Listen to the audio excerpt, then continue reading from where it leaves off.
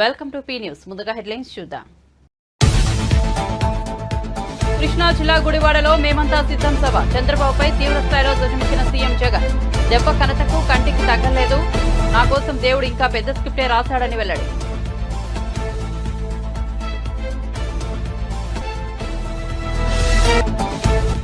విజయనగరం జిల్లా రాజాంలో ప్రజాగలం సభ. విశాఖపట్నంను ఐటీ కేంద్రంగా చేయాలని చూస్తే జగన్ గంజాయి కేంద్రంగా మార్చారని టీడీపీ అధినేత చంద్రబాబు ధ్వజం.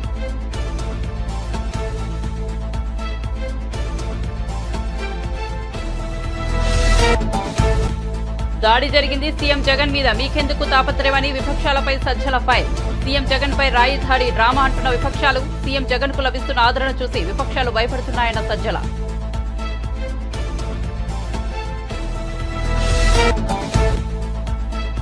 బీజేపీకి చెప్పుకోవడానికి ఒక పథకము లేదు, ఆ పార్టీ నాయకులతో జాగ్రత్త అన్న హరీష్ రావు. రైతు బంధు, రైతు బీమా, కేసీఆర్ కిట్ ఇలా ఎన్నో పథకాలు బీఆర్ఎస్ అమలు చేసిందని వ్యాఖ్య.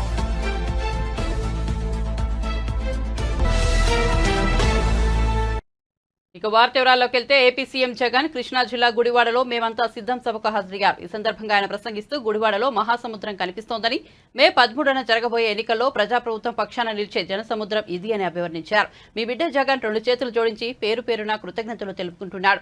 పేదల భవిష్యత్ కొరకు అర్జునుడి మీద ఒక సమరశంఖం పూరిద్దామా, పెత్తందారులతో యుద్ధానికి మీరంతా సిద్ధమేనా అంటూ తనదైన శైలిలో ప్రసంగం ప్రారంభించారు.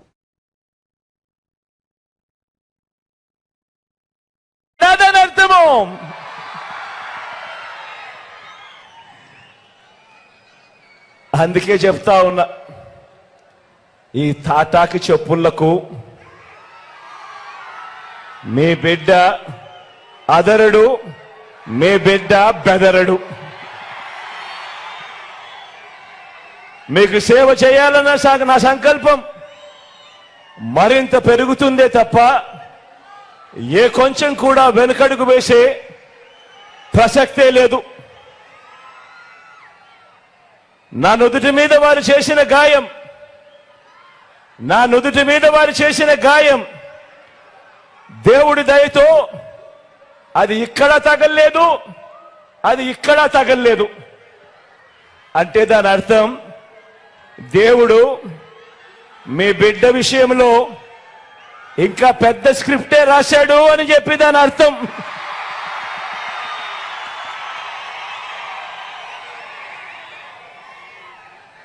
నా నుదుటి మీద వారు చేసిన గాయం బహుశా 10 రోజుల్లో తగ్గిపోతుందేమో, కానీ పేదల ప్రయోజనాలకు చంద్రబాబు చేసిన గాయాలు, ఆయన పాలనలో ఆయన చేసిన గాయాలు, ఆ రైతులకైతేనేమి, ఆ అక్క చెల్లెమ్మలకైతేనేమి, ఆ నిరుద్యోగులకైతేనేమి, ఆ సామాజిక వర్గాలకైతేనేమి, ఆ చంద్రబాబు మోసాలతో అతలాకుతలమైన ఆ పేదల బ్రతుకులు, చంద్రబాబు చేసిన మోసాలను, చంద్రబాబు చేసిన గాయాలను ఆ పేదలు ఎన్నడూ కూడా మర్చిపోయే ప్రసక్తే ఉండదు అని సందర్భంగా చెప్తా ఉన్నారు. గాయపరచడం, మోసం చేయడం, కుట్రలు చేయడం చంద్రబాబు నైజమైతే, మీ ఇంటింటికి మంచి చేయడం మీ బిడ్డ నైజం అని చెప్పి కూడా ఈ సందర్భంగా గర్వంగా చెప్తా ఉన్నా.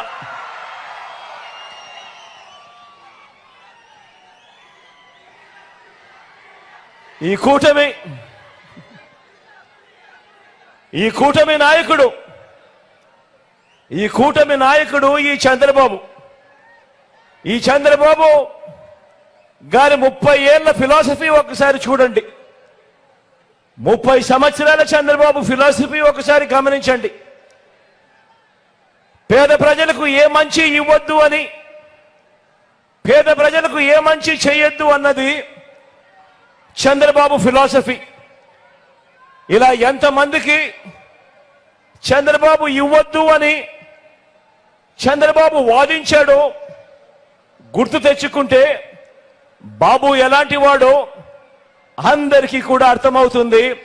ఆయన నైజం. రైతులకు ఉచిత విద్యుత్ ఇవ్వద్దు అన్నది ఎవరన్నా ఎవరన్నా ఎవరక్క మీరే చెప్పండి. రైతులకు ఉచిత విద్యుత్ ఇస్తే ఆ తీగల మీద బట్టలారేసుకోవాలి అని ఇవ్వద్దు అని ఎవరు చెప్పారు? ఎవరు చెప్పారు? ఈ బాబే కిలో 2 రూపాయలకే కిలో 2 రూపాయలకు బియ్యం ఇవ్వద్దు అని ఎన్టీఆర్ ను దింపేసి 5 రూపాయల 25కు పెంచేసింది ఎవరు? ఎవరు? తెలుగుదేశం అధినేత చంద్రబాబు ప్రజాగలం సభలు జోరుగా సాగుతున్నాయి. పాయకరావుపేట ప్రజాగలం సభలో చంద్రబాబు పేదరునని చెప్పుకునే ఈ ముఖ్యమంత్రి 9 సార్లు విద్యుత్ ఛార్జీలు 3 సార్లు బస్సు ఛార్జీలు పెంచారు. జగన్ తెచ్చిన ప్రతి పథకం వెనుక పెద్ద కుంభకోణం ఉంది. కుంభకోణాలకు పాల్పడిన వారిని ఉక్కుపాదంలో తొక్కాలి. ఆకాశమే హద్దుగా ఏపీని అభివృద్ధి చేసే మేనిఫెస్టో తెచ్చామన్నారు. ఏడాదికి 3 గ్యాస్ సిలిండర్లు నెలకు 1500 చొప్పున ఖాతాల్లో వేస్తామని పేర్కొన్నారు. తల్లికి వందనం కార్యక్రమం కింద ఏడాదికి 15,000 చొప్పున ఏప్రిల్ నుంచి వృద్ధాప్య వితంతుల పింఛన్లు 4,000 చొప్పున ఇస్తామన్నారు. కూటమి అభ్యర్థుల్ని గెలిపించే బాధ్యత మీదని, యువతకు ఉద్యోగాలు ఇచ్చే బాధ్యత నాదని చంద్రబాబు ప్రకటించారు.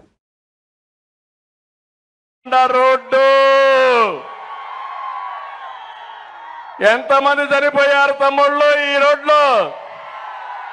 ఎంతమందికి నడువులు ఇరిగిపోయినాయి, కాళ్ళు ఇరిగిపోయినాయి? సమాధానం చెప్తారా? వైఎస్ఆర్ కాంగ్రెస్ దొంగలు అని అడుగుతున్నా. ధైర్యం ఉందా అని అడుగుతున్నా.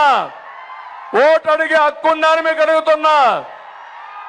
ఒక్క విషయం చెప్తున్నా, సాగునీటి కోసం ఉత్తరాంధ్ర సుజల స్రవంతి తెలుగుదేశం పార్టీలో 2,000 కోట్లు పెట్టాం.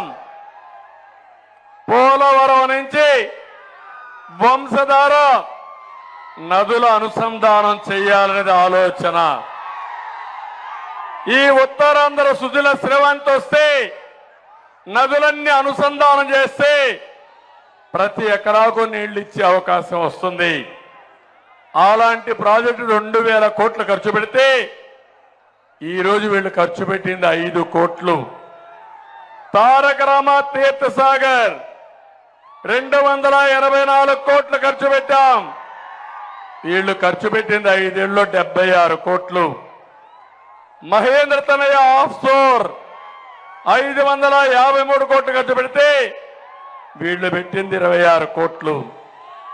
తోటపల్లి ప్రాజెక్టు 237 కోట్లు ఆ రోజు ఖర్చు పెడితే వీళ్ళు పెట్టింది 61 కోట్లు. గజపతి బ్రాంచ్ కెనాల్ తో కలిపి వంశధార ఫేజ్ 2 420 కోట్లు ఖర్చు పెట్టాం. ఇంకా పెండింగ్ లో ఉన్నాయి, 1 పైసా ఖర్చు పెట్టలేదు. వంశధార నాగావళి లింక్ 145 కోట్లు ఖర్చు పెట్టాం. 1 పైసా ఖర్చు పెట్టలా. నేను ఇప్పుడు సవాల్ విసురుతున్నా, ఉత్తరాంధ్ర సుజల స్రవంతి కాకుండా 1,600 కోట్లు ఖర్చు పెట్టిన పార్టీ తెలుగుదేశం పార్టీ. మీరు పెట్టింది 594 కోట్లు. నేను అడుగుతున్నా, ఈ ప్రాంతం బాగుపడాలంటే నీటి ఆధారం అవసరం, సాగునీరు ఇవ్వాలి. ఇవ్వాలనా లేదా తమ్ముళ్ళు అని మిమ్మల్ని అడుగుతున్నా. ఇవ్వాలనా లేదా ఆడబిడ్డలు మీరు చెప్పమని అడుగుతున్నా. అందుకే ఈయన వంగి మాగదులున్నారు, అడ్వైజర్స్ అనే పేర్లు పెట్టాడు. సాక్షి పేపర్ ఉంది, ఆ పేరే అసాక్షి. తప్పుడు వార్తలు రాస్తూనే ఉంటుంది.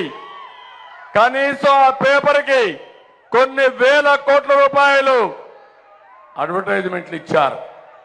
వీళ్ళ యొక్క అడ్వైజర్స్ కి కనీసం 100 కోట్ల రూపాయలు దోచిపెట్టారు, 1000 కోట్ల దగ్గర. నేను అడుగుతున్నా, ఈరోజు ఆ డబ్బులన్నీ ఖర్చు పెట్టుంటే ఉత్తరాంధ్ర ప్రాజెక్టులు పూర్తయ్యేటివి, మీ జీవితాల్లో వెలుగులు వచ్చేటి. అవునా కాదా తమ్ముళ్ళు? మీరే చెప్పండి. అవును అంటే గట్టిగా చప్పట్లు కూడా చెప్పండి ఎస్ అని. సీఎం జగన్ పై రాయదాడి ఘటన పట్ల విపక్షాలు చేస్తున్న వ్యాఖ్యలను తిప్పుకొట్టేందుకు ప్రభుత్వ సలహాదారు సజ్జల రామకృష్ణారెడ్డి ప్రయత్నించారు. సీఎం జగన్ కు ప్రజల్లో వస్తున్న ఆదరణ చూసిన తర్వాత తమకు పుట్టగతులు ఉండవని ప్రతిపక్షాలకు అర్థమైందని అన్నారు. అందుకే సీఎం జగన్ పై రాయదాడి ఘటనలు డ్రామా అంటున్నాయని విమర్శించారు. ముఖ్యమంత్రి జగన్ పై దాడి జరిగితే విపక్షాలని ఒకే తీరున మాట్లాడుతున్నాయి. దాడి జరిగింది మీ మీద కాదు, చంద్రబాబు మీదో, పవన్ కళ్యాణ్ మీదో, ఇతర విపక్ష నేతల మీదో కాదు, వైసీపీ అధ్యక్షుడు ముఖ్యమంత్రి జగన్ పై దాడి జరిగింది. ఈ ఘటనలో మాజీ మంత్రి శాసనసభ్యుడు వెల్లంపల్లికి కూడా గాయమైందని, ఈ ఘటనలో మేము బాధితులమన్నారు. దీని గురించి మొదట కనపడుతుంది కాబట్టి ఆ అవసరం లేదు జగన్మోహన్ రెడ్డి గారికి అనేది క్లియర్ గా తెలుస్తుంది.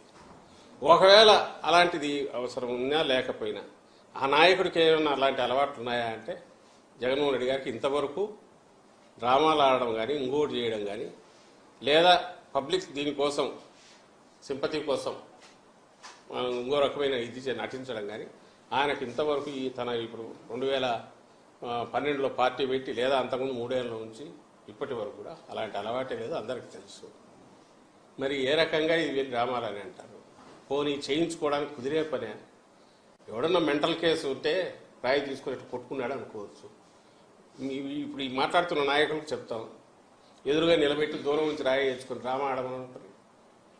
ఎవరన్నా దూరం నుంచి రాయి వేసేవాడితో కరెక్ట్ ఇక్కడే తగిలితురా, కంటికి తగలకుండా చూడు, తలకు తగలకుండా చూడ చేయించుకుంటారా? చేయించుకోగలరా? ప్రజలు మాత్రం ఆలోచించరా? వీళ్ళకి అవన్నీ అనవసరం. రెండోది, జగన్మోహన్ రెడ్డి గారు ఏ రోజున ఇట్లా చేశారా? మీరు గమనిస్తే నిన్న 8 గంటలకో 8 గంటల 10 నిమిషాలకో ఈ ఇన్సిడెంట్ జరిగినట్టు నాకు 10 నిమిషాలు అటు ఇటు. తర్వాత 2 గంటల పైగా ఆయన బస్సు మీద ఎక్కి అంత పెయిన్ ఉన్నా గాయం ఉన్నా ఎవరికి దాన్ని కనపడలే, రక్తం చూపలే, ఇంకోవట్లేదు. తాను ఓర్చుకున్నాడు, జనంలోనే ఉన్నాడు. ఆ పేరు చెప్పి స్ట్రెచర్ మీద పడుకోలేదు, లేదంటే హాస్పిటల్కి పోలేదు, ఇంకోటి చేయలేదు. చంద్రబాబు నాయుడు అయితే చేసేవాడు ఖచ్చితంగా. అదే తనకు తగిలిన దాన్ని ప్రపంచం అంతా ఇమ్మీడియట్ చూడాలని చేసేవాడు. ఈయనకు నిజంగా తగిలిన బ్లడ్ ఇంజురీ అయ్యే డెప్త్, అంత డెప్త్ కదా ఇదైనా కూడా అదే జనానికి చూపించి నాకు ఎట్ట తగిలింది చూపించాను కూడా ఇంతవరకు చూపలేదు. తను నేరుగా ఏమాత్రం అనుమానం రాకుండా పైకెక్కి ప్రజలకు చేయి ఊపుతూనే 2 గంటల్లో మళ్ళీ ఫర్దర్ చేశాడు, డిస్పైట్ పెయిన్ అంత ఉన్నా. పోనీ ఇప్పుడు కాదు, 2019లో వైజాగ్ ఎయిర్పోర్ట్లో ఆ కత్తితో పొడిచి ఇదైనప్పుడు ఆ రోజు మామూలుగా అయితే ఇదే చంద్రబాబు నాయుడు పవన్ కళ్యాణ్ అయితే ఆ బ్లడ్ అంతా కనపడేటట్టు అట్లే వచ్చేవాళ్ళేమో. ఈయన అసలు బ్లడ్ కనపడకుండా ఇమ్మీడియట్ షర్ట్ మార్చుకున్నాడు. ఇక్కడ ఎయిర్పోర్ట్లో దిగి హైదరాబాద్లో తర్వాత టీవీల్లో వచ్చేంత వరకు బయట ప్రపంచానికి తెలియదు. ఆయనతో పాటు జర్నీ చేసిన వాళ్ళు కూడా అస్సలు ఐడియా లేదు. జర్నీలో కానీ దిగిన తర్వాత కానీ ఒకరిద్దరు సెల్ఫీలు అడిగి తీసుకున్నారు. ఎక్కడ కూడా పంటి ఆ గాయము దాని గురించి కానీ తనను ఇచ్చేశారనే ఇన్సిడెంట్ బయట చెప్పుకోలేదు. ఎవడన్నా డ్రామాలు ఆడవాళ్ళు అయితే అట్లా చేస్తారా? ఈరోజు మార్నింగ్ కూడా చాలా క్యాజువల్గా బయటకు వచ్చి పోతున్నారు తప్ప చూడండి నా గాయం అని ఊటి చూపుకోవట్లేదు. మరి ఏ ఆధారంతో వీళ్ళు ఇట్లా మాట్లాడుతున్నారు? ఆధారం కాదు, ప్రాతిపదిక లేదు, ఏం లేదు. వీళ్ళు డ్రామాలు ఆడే అలవాటు వీళ్ళకు ఉంది. వీళ్ళకు జనంలో ఆదరణ లేదు. జగన్మోహన్ రెడ్డి గారు విపరీతంగా వస్తుంది. సో దాన్ని తట్టుకోలేకపోతున్నారు. ఆయనకు అవసరం లేదు ఏది డ్రామాలు ఆడాల్సిన అవసరం. ఎందుకంటే ఇంకా మించి అభిమానం అనేది గతంలో కంటే ఇంకా ఎక్కువ మించి కనపడుతుంది. డ్రామాలు వేసే అలవాటు లేదు. దానికి ఆయనే సాక్ష్యం. తన గాయం తగిలింది కూడా బయటకు ఎక్స్ప్రెస్ చేయడానికి. బీజేపీ వారికి చెప్పుకోవడానికి ఒక్క పథకం లేదని సిద్దిపేట ఎమ్మెల్యే హరీష్ రావు అన్నారు. తెలంగాణలో బీఆర్ఎస్ 9.5 ఏళ్లు, కేంద్రంలో బీజేపీ 10 ఏళ్లు ఉన్నాయని మనం చెప్పుకోవడానికి రైతు బంధు, రైతు బీమా, కేసీఆర్ కిట్, ఆసరా పెన్షన్లు, కళ్యాణ లక్ష్మి ఇలా 100లు ఉన్నాయన్నారు. కానీ బీజేపీ వారి వద్ద ఏమీ లేదని విమర్శించారు. సోమవారం కొడంగల్లో ఏర్పాటు చేసిన నగర్ పార్లమెంటు విస్తృత స్థాయి సమావేశంలో ఆయన మాట్లాడుతూ బీజేపీ వాళ్లు ఎలాంటి పథకాలు అమలు చేయలేదు కాబట్టి చిత్రపటాలు, క్యాలెండర్లు, బ్యాగులు, చీరలు పంచుతున్నారని విమర్శించారు. గెలిచినా ఓడినా ప్రజల మధ్య ఉండే పార్టీ బీఆర్ఎస్ అన్నారు. ఓడిపోతే ప్రధాన ప్రతిపక్షంగా కాంగ్రెస్ ఇచ్చిన హామీల అమలుకు పోరాడుతున్నామన్నారు. తాము ప్రజల మధ్యనే ఉంటామని, ప్రజల కోసం పనిచేసే పార్టీ బీఆర్ఎస్ అన్నారు. లోక్సభ ఎన్నికల్లో ఆలోచించాలని ప్రజలకు సూచించారు. ప్రచారానికి వచ్చే బీజేపీ నాయకులను నిలదీయాలని సూచించారు. ఈ 10 ఏళ్లలో బీజేపీ చేసింది పెట్రోల్, డీజిల్, నిత్యావసర ధరలు పెంచడమేనని విమర్శించారు. కేసీఆర్ ఆశీర్వాదంతో 1,40,000 ఎకరాలకు నెట్టెంపాడు కింద నీళ్లు ఇచ్చాం. ఇది మాకు రైతుల మీద ఉన్న ప్రేమ. ఆనాడు కేసీఆర్ ఎక్కినాడు 6 గంటల కరెంటే ఉండే, 24 గంటల మోటార్లు కాలకుండా నాణ్యమైన కరెంట్ ఇచ్చింది బీఆర్ఎస్ ప్రభుత్వం కాదా? ఓట్ల కోసం చెప్పకపోయినా, ఎన్నికల్లో హామీ ఇవ్వకపోయినా ఎకరానికి 10,000 రైతు బంధు ఇచ్చింది కేసీఆర్ కాదా? రైతు బీమా ఇచ్చింది కేసీఆర్ కాదా? సకాలంలో ఎరువులు ఇచ్చింది కేసీఆర్ కాదా? మండలానికో గోడౌన్ కట్టింది కేసీఆర్ కాదా? గద్వాల మార్కెట్ యార్డును అభివృద్ధి చేసింది కేసీఆర్ కాదా? దయచేసి ఆలోచించండి. నేను అడుగుతున్న కాంగ్రెస్ వాళ్ళను, మొన్న ఎలక్షన్ల ముందు రైతులకు ఇచ్చేస్తాము అచ్చేస్తామన్నారు, ఒక్కటన్నా చేసినారే? నేను వాళ్ళ మేనిఫెస్టోలో కాంగ్రెస్ పార్టీ వాళ్ళు ఎలక్షన్ల ముందు మన ఇళ్లకు వచ్చి బాండ్ పేపర్లు వంచారు, నోటరీ డాక్యుమెంట్లు వంచారు, చేతులల్లో పట్టుకున్నారు, కాళ్ళల్లో మొక్కిర్రు, గెలవంగానే గడ్డకు పడ్డారు, ఇవాళ చేతులు ఎత్తేసిండ్రు. ఏమైనా 15,000 రైతు బంధు అంటే సప్పుడు లేదు.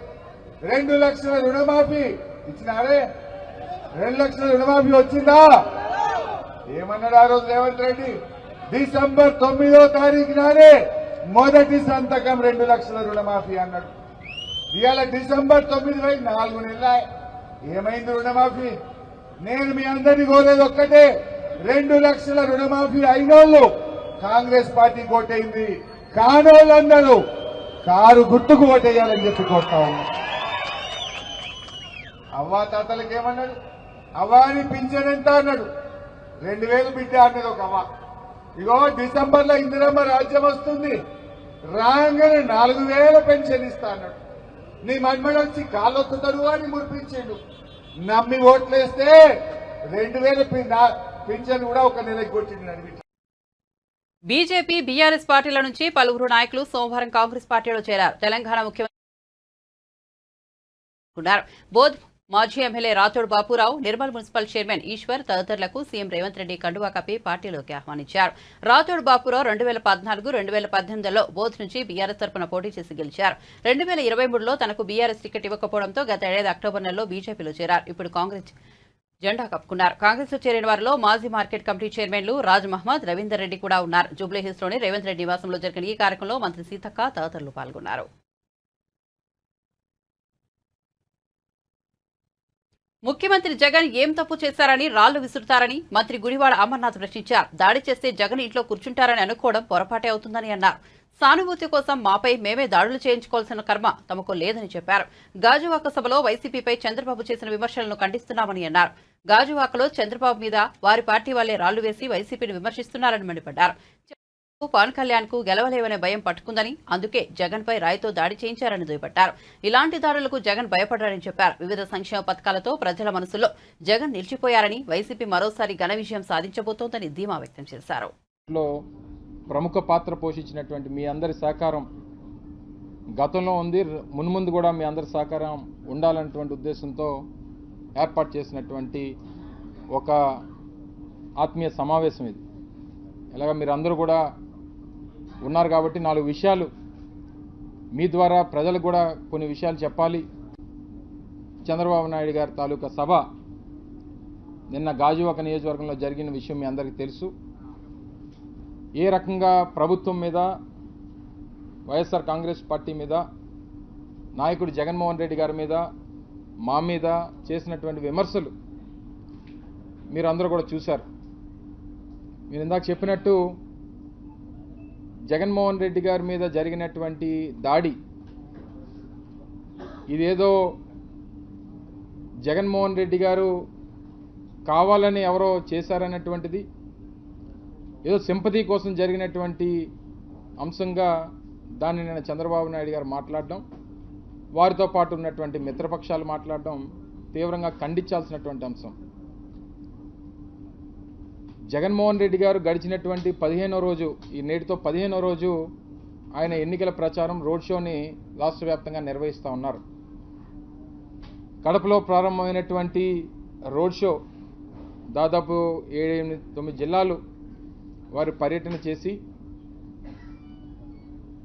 వస్తున్నటువంటి ప్రజాభిమానం, ఆయనకు వస్తున్నటువంటి స్పందన, రోడ్ షోలో వస్తున్నటువంటి వేలాది మంది జనం, సిద్ధం సభలకి వస్తున్నటువంటి లక్షలాది మంది ప్రజానికం, ఇవన్నీ చూసి ఓర్వలేక ఏదో రకంగా జగన్మోహన్ రెడ్డి గారిని అడ్డుకట్ట వేయాలి, ఆయన ప్రచారానికి అడ్డుకట్ట వేయాలి, ఏదో రకంగా ఆయన్ని ఇబ్బంది పెట్టాలనేటువంటి ప్రయత్నంలో భాగంగా చేసినట్టుగా కనబడతా ఉంది. వాస్తవంగా అంత పెద్ద రోడ్ షో నిర్వహిస్తున్నప్పుడు జగన్మోహన్ రెడ్డి గారిని టార్గెట్ చేసి ఆయన నుదుటి మీద అది కాస్త కన్నుకి పైన తగిలింది కాబట్టి చిన్నగా బయటపడడం జరిగింది. అదే 1 సెంటీమీటరో 2 సెంటీమీటర్ల కింద తగిలింటే కన్నుపోయేది. అయినా మా నాయకుడికి అసలు సింపతి క్రియేట్ చేసుకోవాల్సినటువంటి అవసరం ఏముంది నాకు తెలియక అడుగుతాను. మేమేం గడిచినటువంటి 5 సంవత్సరాలు ప్రజలకు పనిచేయలేదా? లేదా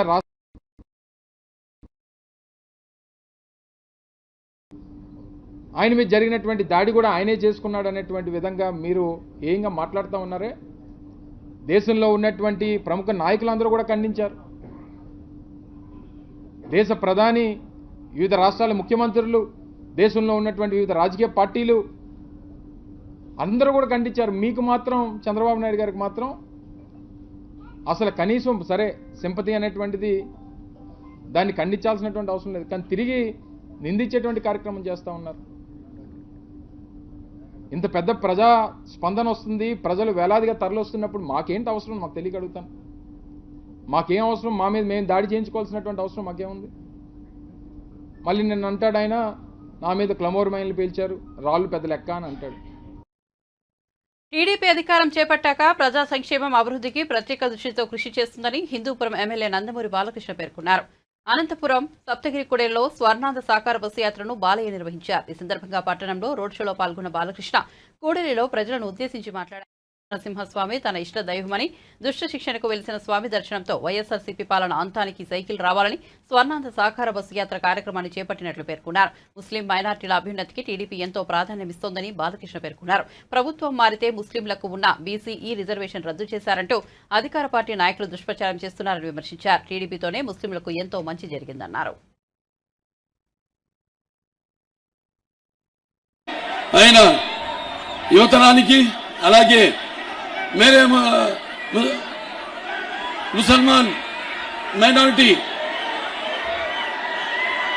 పెద్దలందరికీ అరే జహా సే చా హిందూ మన ఆత్మాభిమానానికి ఒక నిలబెత్తు కేతనం, అలాగే పసుపట్టి మన ఆత్మ గౌరవానికి ఎగరవేసిన కేతనం, అలాగే పసుపంటే మన ఆత్మవిశ్వాసానికి నిజమైన సంతకం, అలాగే పసుపంటే అభివృద్ధికి నిర్వచనం, అలాగే పసుపంటే సంరక్షణకు సంక్షేమానికి ఒక నిదర్శనం. మరి ఈనాడు పసుపు జెండా ఈ ఆంధ్ర రాష్ట్రంలో ఎగరవేయాల్సిన బాధ్యత మీ ప్రతి ఒక్కరిపై ఉందని తెలియజేసుకుంటూ, అలాగే మరి ఈ యొక్క ఏదైతే పసుపు దండు కదులుతుంటే అక్కడ తాడిపల్లిలో జగన్ గుండె దడలాడుతుంది. ఎందుకంటే ఇప్పుడు మీరు నిర్ణయించుకోవాల్సింది ఒకటే, మీకు ఏం కావాలి? మీకు అభివృద్ధి కావాలా, అరాచకం కావాలా, మీకు సంక్షేమం కావాలా, లేకపోతే మీకు ఒక సమర్థమైన పాలన కావాలా, ఒక రాక్షసుడి పాలన కావాలా, లేకపోతే మీకు ఒక చీకటి రాజ్యం కావాలా, మీకు పగలగొట్టడం కావాలా, నిర్మించడం కావాలా? ఇవన్నీ మీరు నిర్ణయించుకోవాల్సిన ఎన్నికలు, ఇప్పుడు రేపు రాబోతున్న ఎన్నికలు. ఎందుకంటే ఎన్నికలు అనేవి మన భవితకు, మన రాష్ట్రానికి, మన భవితకు కూడా ఎంతో ముఖ్యమైన ఎన్నికలు, రేపు జరగబోతున్న ఎన్నికలు. కాబట్టి ఎమ్మెల్యే యశస్విరెడ్డి దెబ్బకి ఎర్రబెల్లి దయాకర్రావు చిన్నమెదడు చిట్లిపోయిందని స్టేషన్ గన్పూర్ ఎమ్మెల్యే కడియం శ్రీహరి ఎద్దేవా చేశారు. ఆయన ఏం మాట్లాడుతున్నారో అర్థం కావడం లేదని ఎద్దేవా చేశారు. అంతకుముందే సరిగ్గా మాట్లాడరాదని, ఇక మన ఎమ్మెల్యే దెబ్బకు ఇప్పుడు బిత్తిరిగా అయోమయంగా మాట్లాడుతున్నారన్నారు. గత అసెంబ్లీ ఎన్నికల్లో కాంగ్రెస్ కార్యకర్తలకు పాలకుర్తి ప్రజలకు శిరస్సు వంచి నమస్కరిస్తున్నారన్నారు. సోమవారం ఆయన పాలకుర్తిలో కాంగ్రెస్ పార్టీ కార్యకర్తల సమావేశంలో మాట్లాడుతూ అసలు ఊహించలేదని ఎర్రబెల్లిది మామూలు ఓటమి కాదన్నారు. కొత్తగా రాజకీయాల్లోకి వచ్చిన యశస్వి రెడ్డి దాదాపు 50,000 ఓట్ల మెజార్టీతో గెలుపొందారన్నారు. ఓటమి ఎరుగని వ్యక్తి ఎర్రబెల్లిని దారుణంగా ఓడించి పాలకుర్తి పొలిమేరకు రావద్దని ప్రజలు ఓటు వేశారన్నారు.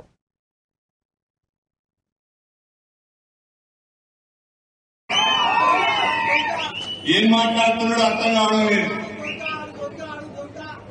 ఏం మాట్లాడుతున్నాడో అర్థం కావడం లేదు. అంతకుముందే సరిగా మాట్లాడారు. ఇక ఇప్పుడు ఈ దెబ్బలకు, ఝాన్సీ కొట్టిన దెబ్బకు, యశస్విని రెడ్డి కొట్టిన దెబ్బకు ఏం మాట్లాడాలో బిత్తిరి మాట్లాడుతున్నాడంత. అంత అయోమయంగా మాట్లాడుతున్నాడు. అందుకనే పాలకుర్తి ప్రజలకు, కాంగ్రెస్ పార్టీ కార్యకర్తలకు మీరు ఇచ్చిన తీర్పుకు, మీ అందరి కష్టానికి శిరస్సు వచ్చి నమస్కారం చేస్తున్నారని చెప్పి మేమైతే ఊహించలే. ఆ ఓటమి మామూలు ఓటమా ఆత్మహత్య చేసుకునేంత పరిస్థితి తీసుకొచ్చి 50,000 ఓట్ల మెజారిటీ అంటే కొత్తగా రాజకీయాలకు వచ్చిన యశస్విని రెడ్డి ఓటమి ఎరగని నాయకునని చెప్పుకునే వ్యక్తిని మళ్లీ పాలకుర్తి పొలిమేరకు రావద్దు అని చెప్పి బ్రహ్మాండమైన గెలుపును మీరు యశస్విని గారికి ఇచ్చారు. నిజంగా మీ అందరికీ కూడా హృదయపూర్వకంగా పేరున అభినందనలు తెలియజేస్తున్నాను, ధన్యవాదాలు తెలియజేస్తున్నాను. యశస్విని రెడ్డి గారి దెబ్బకు ప్రజల కష్టాలను తీర్చేందుకు జగన్ ముఖ్యమంత్రి అయ్యారని మంత్రి అంబటి రాంబాబు అన్నారు. 3 పార్టీలు కలిసి వచ్చినా జగన్ను ఓడించలేవని భావించి ఇప్పుడు జగన్పై కుట్రలు చేస్తున్నారని మండిపడ్డారు. ఏదో ఒక రకంగా జగన్ను హతమార్చాలని చూస్తున్నారని అన్నారు. ప్రజాబలం ఉన్న జగన్పై కక్ష కట్టాలని, అంతం చేయడానికి కుట్ర పడ్డారని చెప్పారు. జగన్పై మరో రాయి పడితే రాష్ట్ర ప్రజలు మిమ్మల్ని ఇక క్షమించరని అన్నారు. జగన్ను చూస్తే చాలు, తాకితే చాలు అనుకునే వాళ్ళు రాష్ట్రంలో ఎంతో మంది ఉన్నారని అంబటి రాంబాబు చెప్పారు. ఆ ప్రజాభిమానాన్ని చూసి చంద్రబాబు తట్టుకోలేకపోతున్నారని, అందుకే కుట్రలకు తెరదీశారని అన్నారు. వైసీపీ కార్యకర్తలు జాగ్రత్తగా ఉండాలని సూచించారు. జనసేన అధినేత పవన్ కళ్యాణ్ తనను జగన్తో పోల్చుకుంటున్నారని అంబటి ఎద్దేవా చేశారు. తెనాలిలో 4వ పెళ్లం నాదెండ్ల మనోహర్ను గెలిపించుకోవడానికి పవన్ అక్కడికి వెళ్లారని, తెనాలిలో మనోహర్ గెలవరని చెప్పారు. గతంలో మనోహర్ చేసిన అవినీతిని తెనాలి ప్రజలు మర్చిపోరని చెప్పారు. చంద్రబాబుకు దాస్యం చేయడం, ఆయన మోచేతి నీళ్లు తాగడాన్ని పవన్ ఆపేయాలని చెప్పారు.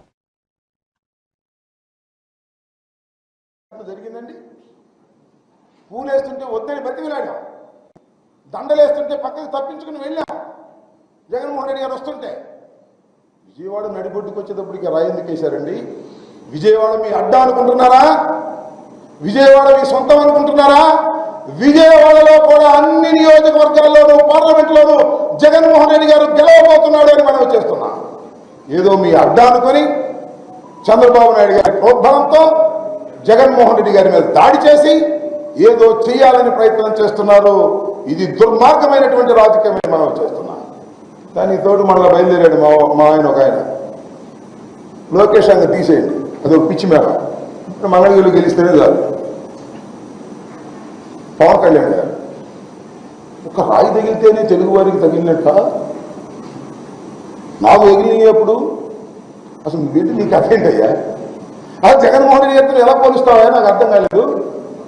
నువ్వు సినిమా యాక్టర్ అని చూడటానికి జనం వస్తున్నారు. జగన్ ఏం సినిమా యాక్టర్ కాదే. జగన్ గారిని ఎందుకు జనం వస్తున్నారు? ప్రేమతో వస్తున్నారు. ఈ రాష్ట్రంలో 175 సీట్లలో 151 గెలుచుకొని అధికారంలోకి వచ్చిన ప్రజాదరణ కలిగినటువంటి తెలుగు నాయకుడు. అలాంటి నాయకుడి మీద రాయి తగిలితే తెలుగు ప్రజలకు గాయం కాదా అని అడుగుతా ఉన్నారు. తెలుగు ప్రజలకు గాయం అయిందంటే ఏదో ఎగతలిగా మాట్లాడుతున్నారు. మరి పవన్ కళ్యాణ్ గారు అసలు మీకు అర్హత ఏముంది నాకు అడుగుతా ఉన్నా. నిన్న తెరాలు వచ్చాడయ్యా, ఎవరి కోసం?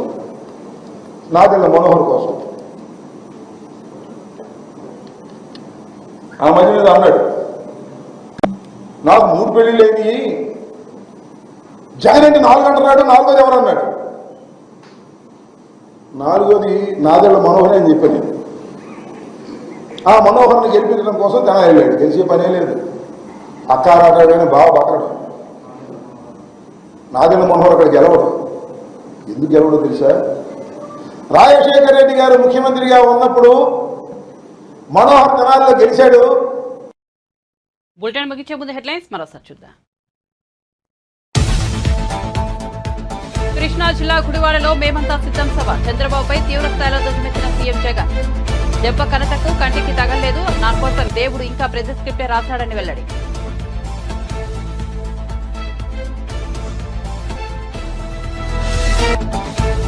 విజయనగరం జిల్లా రాజంలో ప్రజాగలం సభ. విశాఖపట్నంలో ఐటీ కేంద్రంగా చేరాలని చూస్తే జగన్ గన్.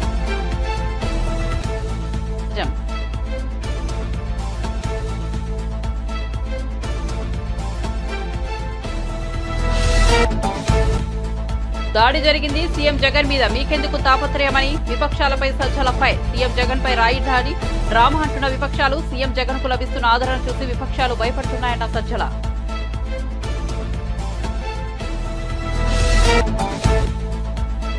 బీజేపీకి చెప్పుకోవడానికి ఒక్క పథకం లేదు, ఆ పార్టీ నాయకులతో జాగ్రత్త అన్న హరీష్ రావు. రైతు బంధు, రైతు బీమా, కేసీఆర్ కిట్ ఇలా ఎన్నో పథకాలు బీఆర్ఎస్ అమలు చేసిందని వ్యాఖ్య.